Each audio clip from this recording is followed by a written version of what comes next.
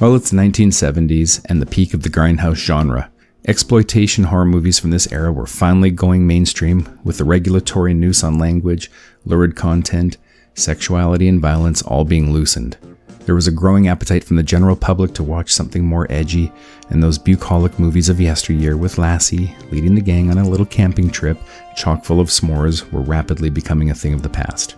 George Romero was among the new batch of non-Hollywood compliant directors who strive to maintain full artistic freedom to tell his story. Young and unknown, he begged, borrowed, pawned to make his first feature-length movie, Night of the Living Dead, which instantly became a drive-in classic and earned its budget back more than 250 times over. With money in his pocket and a few more movies to his credit, he was ready to make the quintessential zombie movie in 1978, Dawn of the Dead. With master of horror movie effects Tom Savini in charge of the gore, the timing was perfect.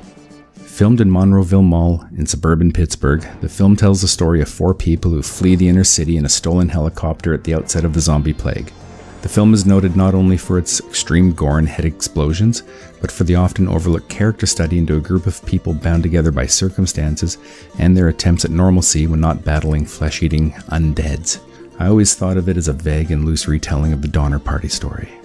Character studies aside, this movie foams at the mouth. It runs riot at every turn, with Tom Savini himself in the role of Blades, a machete-wielding biker. The film climaxes with Flyboy being infected and signaling to his fellow undeads that he knows where the real food cabinet is, while Peter and Fran, the final two, avoid the zombie shuffle and escape in the same helicopter as the mall is overrun. This movie is a trailblazer, not only in the zombie genre, but in horror movies in general.